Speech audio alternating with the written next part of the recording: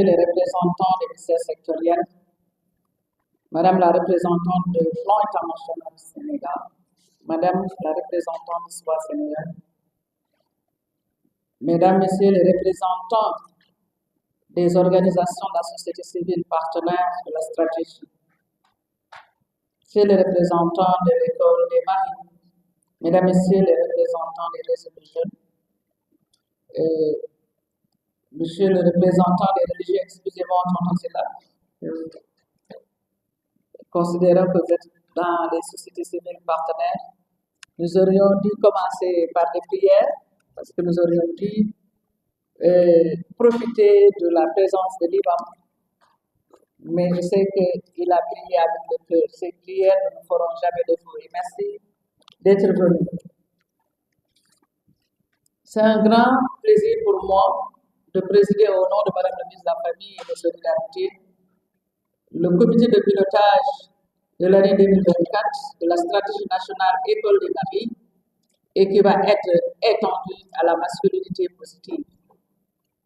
Il nous a été demandé d'actualiser ce cadre de référence en la matière et de faire une stratégie pour la masculinité, vu que les finalités seront pour renforcer la politique d'élimination des inégalités de genre. Ceci qui nous a conduit à faire du benchmarking et d'expérimenter une phase pilote avant d'arriver à une stratégie. Pour l'histoire également, c'est la conférence de Caire 94 qui avait formulé des recommandations pour demander aux États d'impliquer les hommes et les garçons dans les politiques d'élimination des inégalités de genre et de promotion de la santé reproductive des femmes. Ce volet également, c'est important parce que les dirigeants africains avaient compris le lien intrinsèque entre la réduction des inégalités de genre et la santé reproductive des femmes dans un contexte africain.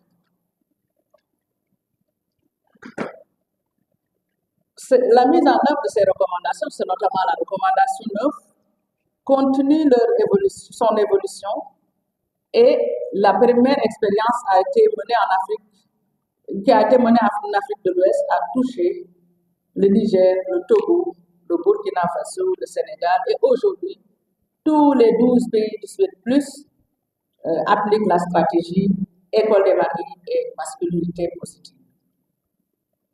Le Sénégal s'est inspiré de l'exemple des pays que je viens de vous citer en menant la phase pilote à Tambacounda et à Kédougou.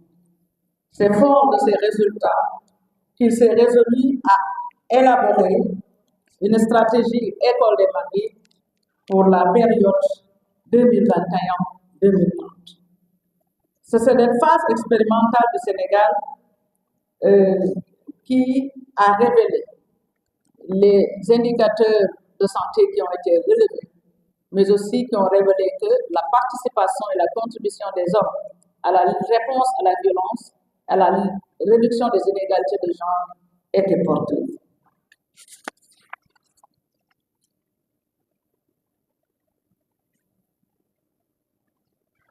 Ces évolutions positives, masculinité positive dans le continent, nous invitent aujourd'hui à faire les articulations nécessaires entre ces deux approches.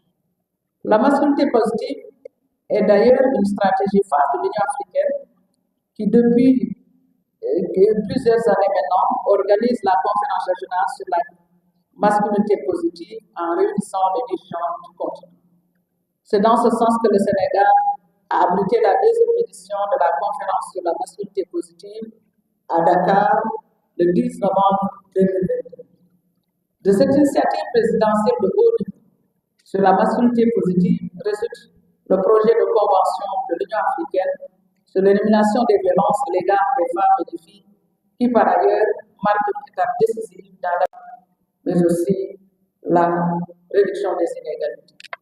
Au moment où nous parlons, les ministères en charge de la justice sont actuellement en Tanzanie pour se prononcer sur ce projet de convention après l'examen par les ministères en charge du genre et les consultations avec les organisations de la société civile.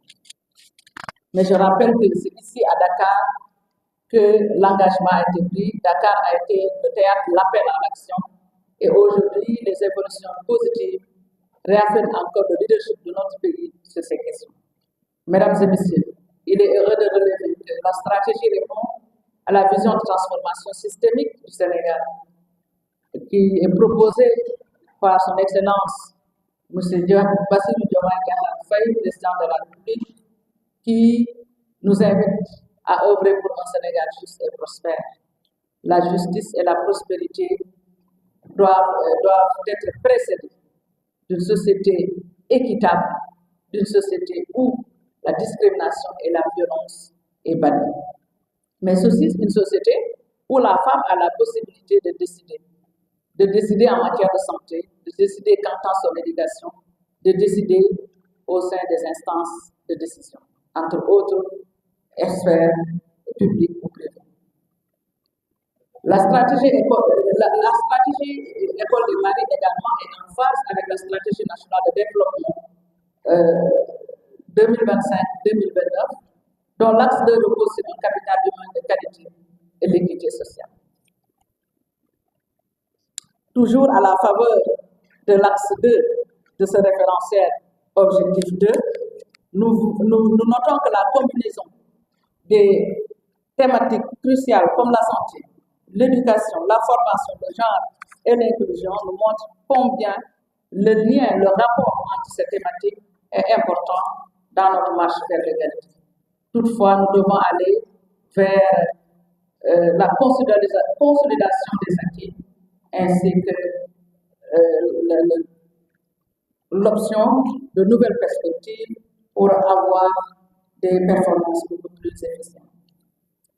Mesdames et messieurs, je ne saurais terminer sans réitérer les remerciements de Madame la ministre de la Famille et des Solidarités, mais aussi vous témoigner également tout le sentiment de satisfaction qui nous anime de par les travaux que vous avez menés à travers les 2 comités techniques et qui nous montrent encore une fois de plus la nécessité d'amplifier nos actions en faveur de la réduction des inégalités de genre, en faveur de la promotion de la santé reproductive des femmes. Et quand nous parlons de la réduction des inégalités de genre, les questions liées à la violence basée sur le genre, la discrimination basée sur le genre, la promotion des droits humains des femmes et des filles est au cœur.